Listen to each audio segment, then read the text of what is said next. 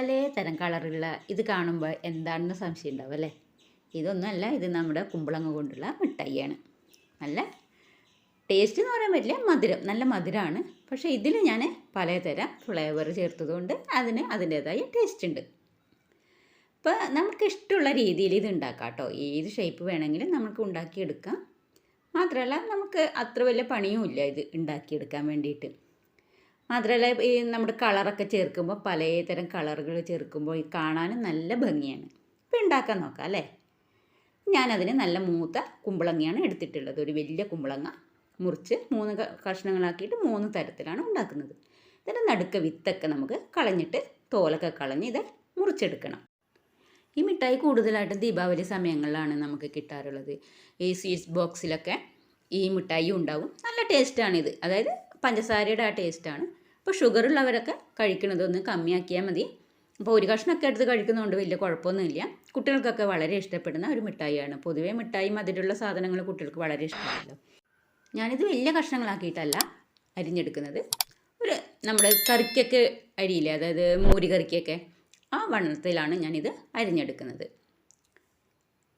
ഇപ്പോൾ ഏത് ഷേപ്പിൽ വേണമെങ്കിലും നമ്മൾക്കിത് ഉണ്ടാക്കാം. നേർത്തതായിട്ടോ നീളത്തിലോ എന്ത് ഷേപ്പിൽ വേണമെങ്കിലും നമ്മൾക്കിത് കിട്ടും. അത് ഡൽഹിയിൽ നിന്നൊക്കെ പല തരത്തിൽ നമ്മൾക്ക് കിട്ടാറുണ്ട്. ഒരേ ഷേപ്പിൽ മാത്രമല്ല ഇത് കിട്ടാറുള്ളത്. അപ്പോൾ ഞാനിതെല്ലാം അരിഞ്ഞെടുത്തിട്ടുണ്ട്. ഞാൻ ഇതിലേക്ക് നമുക്ക് കുറച്ച് ചുണ്ണാമ്പ് വെള്ളമാണ് ആവശ്യം. ഞാൻ കുറച്ച് വെള്ളത്തിൽ ചുണ്ണാമ്പിട്ട് കലക്കി വെച്ചതാണ്. ഇതിൻ്റെ അടിയിൽ കുറച്ച് പൊടിയൊക്കെ ഉണ്ടെങ്കിൽ അതൊന്ന് ഊറാൻ വേണ്ടിയിട്ട് വെച്ചിട്ടുണ്ട്. ഇതൊരു പാത്രത്തിലേക്ക് നമ്മൾക്ക് കുമ്പളങ്ങ ഇട്ട് കൊടുക്കാം. കുമ്പളങ്ങ ഇട്ട് കൊടുത്തിട്ട് അതിലേക്ക് കുറച്ച് വെള്ളം കൂടെ ഒഴിച്ചിട്ട് ഈ ചുണ്ണാമ്പ് വെള്ളം ഇതിലേക്ക് ഞാൻ ഒഴിച്ചു കൊടുക്കുന്നുണ്ട്. ഈ കുമ്പളങ്ങ ഈ ചുണ്ണാമ്പ് വെള്ളത്തിൽ മുങ്ങിക്കിടക്കണം. ഞാനിതൊരു വൈകുന്നേരമാണ് ആക്കി വെച്ചിട്ടുള്ളത്. ഞാനൊരു രാത്രി മുഴുവൻ ഈ ചുണ്ണാമ്പ് വെള്ളത്തിൽ കുമ്പളങ്ങ ഇട്ട് വെക്കുകയാണ് ചെയ്യുന്നത്. പിറ്റേ ദിവസം രാവിലെ എടുത്തിട്ട് നല്ലപോലെ കഴുകി വൃത്തിയാക്കിയിട്ട് എടുക്കുകയാണ് ചെയ്യാറ്. നല്ലപോലെ കഴുകി വൃത്തിയാക്കി എടുത്തിട്ടുണ്ട്. ഇനി ഇത് നമ്മൾക്കിതൊന്ന് പഞ്ചസാര പാനിയിലിട്ട് വേവിച്ചെടുക്കാം. ഒരു പാത്രം അടുപ്പത്ത് വെച്ചിട്ട് അതിലേക്ക് ഒരു 2 ഗ്ലാസ് വെള്ളം ഒഴിച്ചു കൊടുക്കുന്നുണ്ട്. 2 ഗ്ലാസ് വെള്ളം ഒഴിച്ചെടുത്തതിന് ശേഷം 800 ഗ്രാം പഞ്ചസാര ഇതിലേക്ക് ചേർത്ത് കൊടുക്കുന്നുണ്ട്. 1 കിലോ കുമ്പളങ്ങയ്ക്ക്, കഷ്ണങ്ങളാക്കി അരിഞ്ഞു വെച്ച കുമ്പളങ്ങയ്ക്ക് 800 ഗ്രാം പഞ്ചസാരയാണ് ഞാൻ ചേർത്ത് കൊടുത്തിട്ടുള്ളത്. അതിലേക്ക് ഒരു നുള്ള് കളർ കൂടെ ചേർത്ത് കൊടുക്കുന്നുണ്ട്. യെല്ലോ കളറാണ് ചേർത്തിട്ടുള്ളത്. കളർ വേണ്ട എങ്കിൽ നിങ്ങൾക്ക് ചേർക്കേണ്ട ആവശ്യമില്ല, പക്ഷെ കാണാൻ ഒരു ഭംഗിക്ക് വേണ്ടിയിട്ടാണ് ചേർത്തിട്ടുള്ളത്. ഇതിലേക്ക് കുമ്പളങ്ങ ഇട്ട് കൊടുക്കുകയാണ് ചെയ്യുന്നത്. ഇത് ഞാൻ വേവിച്ച് വെച്ച കുമ്പളങ്ങയല്ല, കുമ്പളങ്ങ കഴുകി വൃത്തിയാക്കി വെച്ചത് ഡയറക്റ്റായിട്ട് തന്നെ ഇതിലേക്ക് ചേർത്ത് കൊടുക്കുകയാണ്.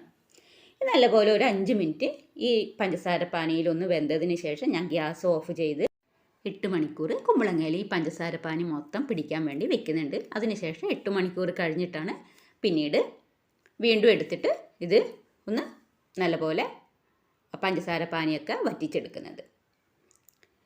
8 മണിക്കൂർ കഴിഞ്ഞിട്ടുണ്ട്. ഇത് അടുപ്പത്ത് വെച്ചിട്ടുണ്ട്.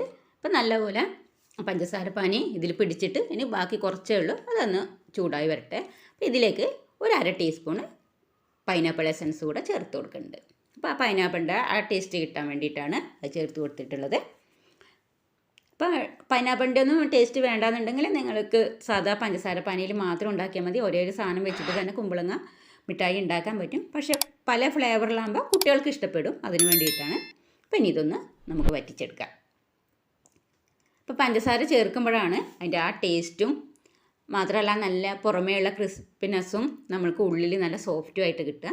ഇതൊരു പാത്രത്തിലേക്ക് മാറ്റിയിട്ട് ചൂടാറാൻ വയ്ക്കണം. അതിന് ശേഷമാണ് ഒരു ബോട്ടിലാക്കിയിട്ട് നമ്മൾക്ക് കുറേ നാൾ ഇത് വെക്കാൻ പറ്റും. അപ്പോൾ ആവശ്യത്തിന് മിഠായി എടുത്ത് കഴിക്കാം. അപ്പോൾ ഇനി അടുത്തത് ഉണ്ടാക്കി നോക്കിയാലോ. ഞാനിതൊരു 1 കിലോ തന്നെ കുമ്പളങ്ങ ചെറുതായിട്ട് അരിഞ്ഞെടുത്തിട്ടുള്ളതാണ്. അത് 800 ഗ്രാം പഞ്ചസാര പാനിൽ ഇട്ടിട്ട് ഇതൊന്ന് വേവിച്ചെടുക്കുകയാണ്. ഇതിലേക്ക് ഗ്രീൻ കളർ ചേർത്തിട്ടുണ്ട് കുറച്ച്. പിന്നെ ഇതിലേക്ക് ചേർത്തിട്ട് ഇരിക്കുന്നത് പിസ്തയുടെ എസൻസാണ്.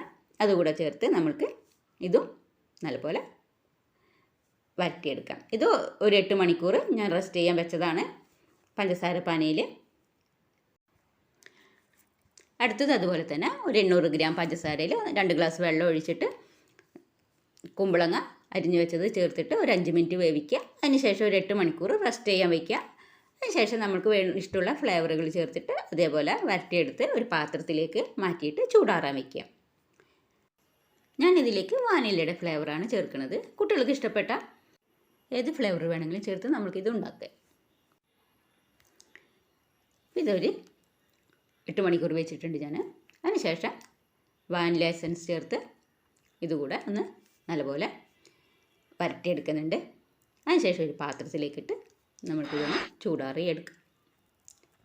അപ്പം അങ്ങനെ ഞാൻ 3 തരത്തിലാണ് ഉണ്ടാക്കിയിട്ടുള്ളത് കുമ്പളങ്ങ കൊണ്ട്.